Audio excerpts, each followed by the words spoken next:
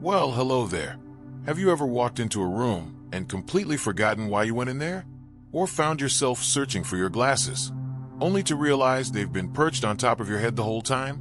Chuckles. Oh, I've been there too. Let me tell you, it happens to the best of us. But here's the good news. Those little moments don't have to be the start of a downward slope.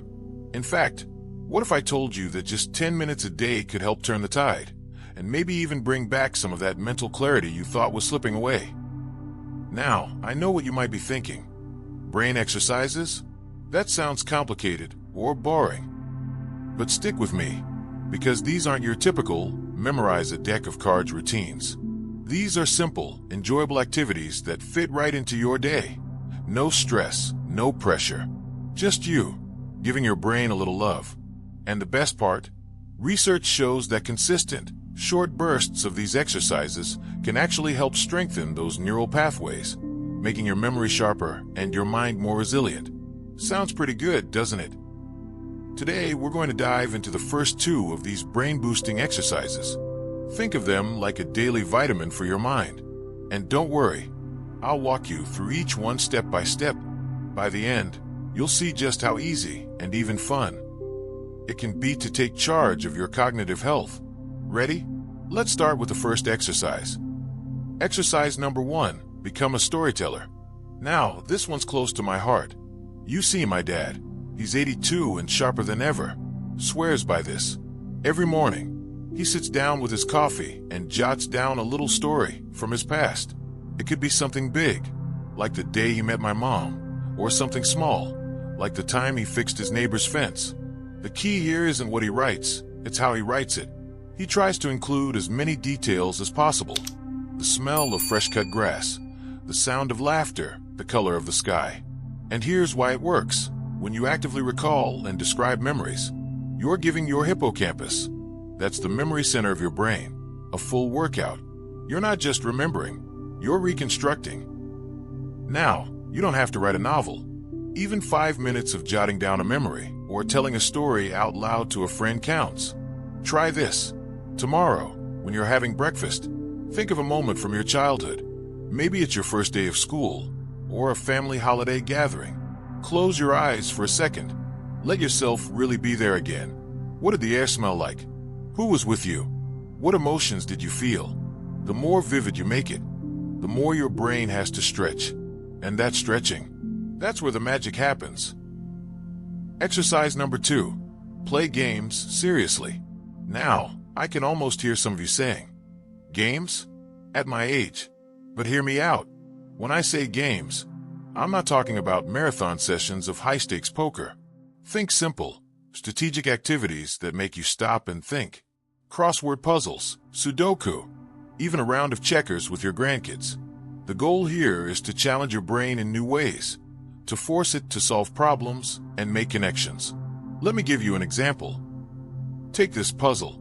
When you're sorting through pieces, your brain is juggling shapes, colors, patterns, and spatial relationships all at once. It's like a symphony of mental activity. And studies have shown that adults who engage in puzzles or strategy games just a few times a week have better short-term memory and problem-solving skills. But here's the trick, keep it fresh. If you always do crosswords, try a Sudoku. If you're a card shark, switch up the game. Novelty is your brain's best friend. Now, if you're thinking, I don't have time for this, here's the secret. You only need 10 minutes. Set a timer if you have to. Maybe during your afternoon tea, or right after the morning news. And if your eyesight isn't what it used to be, no worries. There are large print puzzle books, or you can even use apps on a tablet. The point is to make it easy, enjoyable, and consistent. Before you know it, you'll be looking forward to those little mental challenges. So there you have it, 2 simple, no-pressure ways to give your brain the tune-up it deserves. And the beauty of these exercises? They don't just help your memory. They reconnect you with moments and people you love. Whether you're sharing a story with a friend or tackling a puzzle with your morning coffee, you're not just exercising your brain, you're nourishing your whole self. Now, I've got one more exercise to share with you. One that's all about engaging your senses and staying present in the moment. But for now, Why not give these first two a try? Pick up that crossword you've been avoiding, or call up an old friend and swap stories. And remember, every tiny step counts. Your brain is like a muscle. The more you use it, the stronger it gets. So let's keep building that strength, one day at a time. You know, one of my favorite parts of the day is that first sip of coffee in the morning. The aroma, the warmth of the mug in my hands, the quiet hum of the house waking up. It's like a tiny moment of peace before the day really begins. But what if I told you that slowing down to savor moments like these isn't just good for the soul? It's also a powerful brain exercise. In fact, it's our third and final technique. Exercise number 3. Engage your senses, fully and mindfully. Here's the thing. Our brains thrive on novelty and attention. When we slow down and truly notice the world around us, the smell of rain, the texture of a grandchild's laugh, the way sunlight dances on the floor, we're giving our minds a rich, multi-layered workout. It's not just about seeing or hearing. It's about immersing yourself in the moment. Think of it as brain training disguised as living fully. Let me give you an example. Say you're out for a walk, something many of us do every day. Instead of letting your mind wander to tomorrow's to-do list, try this. Pause for a minute. Feel the breeze on your skin. Listen to the rhythm of your footsteps. Notice the colors of the flowers or the way shadows fall on the path. Name these sensations silently in your mind. Cool air, rough bark, birdsong. This simple act of labeling forces your brain to connect words with experiences, strengthening those neural pathways. And the more you practice, the sharper those connections become. Or let's talk about cooking. A chore for some, a joy for others. Next time you're chopping vegetables, try this. Close your eyes for just a few seconds. Feel the weight of the knife in your hand. Listen to the crunch of the blade through a celery stalk. Inhale the sharp tang of an onion. By isolating each sense, you're waking up parts of your brain that might have been on autopilot. It's like giving your mind a gentle nudge. Hey, pay attention. This matters. Now, I know what some of you might be thinking, but I've got a busy life. Who has time to stop and smell the roses? And I get it, believe me. But here's the secret. You don't need to carve out extra time. You're already in these moments. It's about shifting your focus, even briefly.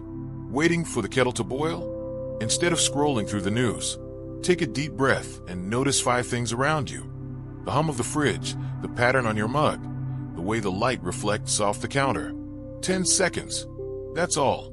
Tiny pauses like these add up to big changes over time. And here's the beautiful part. This exercise isn't just about memory. It's about joy. When my friend Martha started practicing this, really tasting her meals instead of rushing through them, or pausing to watch the squirrels chase each other in her backyard, she told me it felt like rediscovering the world. I didn't realize how much I'd been missing, she said. That's the power of presence. You're not just sharpening your mind. You're deepening your connection to the life you've built. Now, let's tie this all together. You've got your storytelling, mining the treasures of your past, your games and puzzles, flexing those problem-solving muscles. And now, this practice of sensory mindfulness, anchoring yourself in the here and now. Together, they're like a 3-legged stool supporting your cognitive health. But the real magic happens when you make them part of your daily rhythm, not as chores, but as little gifts to yourself. Maybe tomorrow, you'll jot down a memory while your coffee brews, or challenge yourself to a Sudoku puzzle instead of flipping on the TV, or take a walk where you let your senses lead the way. It doesn't have to be perfect. Some days, you might only manage 5 minutes, and that's okay.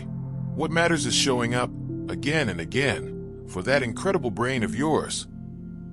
Because here's the truth I've learned over the years. Our brains are never done growing, never done adapting. Every time you choose to engage, to really be here, you're telling your mind, you matter.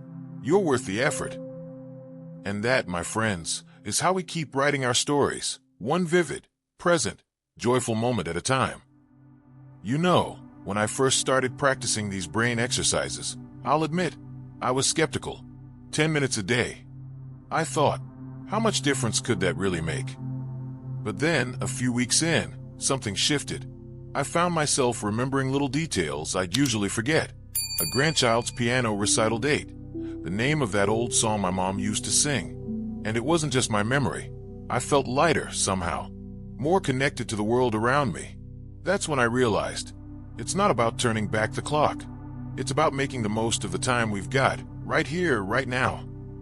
So let's take a moment to look back at what we've covered. First, storytelling, mining those rich memories of yours and bringing them to life. Then, games and puzzles, those playful challenges that keep your problem-solving muscles strong. And finally, tuning into your senses, savoring the ordinary moments that make life extraordinary. Together, they're like a daily tune-up for your mind. But here's what I really want you to remember. This isn't a rigid routine. It's an invitation to live with a little more curiosity, a little more presence. Now, I've heard from so many of you over the years who've said, but what if I miss a day? What if I'm not good at it? Let me tell you a secret. This isn't about perfection. It's about progress. Some days, you might write 3 pages of memories. Other days, you might simply pause to watch the clouds drift by while waiting for the bus. Both count. Both matter.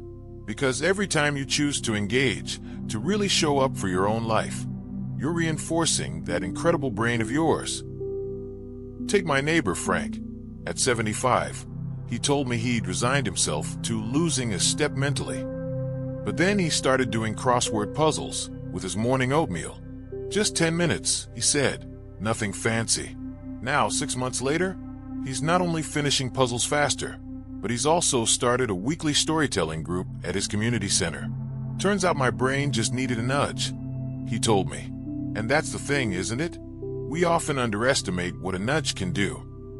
So here's my challenge to you. Pick one of these exercises today, just one, and give it a try. Maybe it's describing the taste of your morning toast in vivid detail, or dusting off that old Scrabble board and playing around with a friend, or even flipping through a photo album and reliving a favorite memory aloud.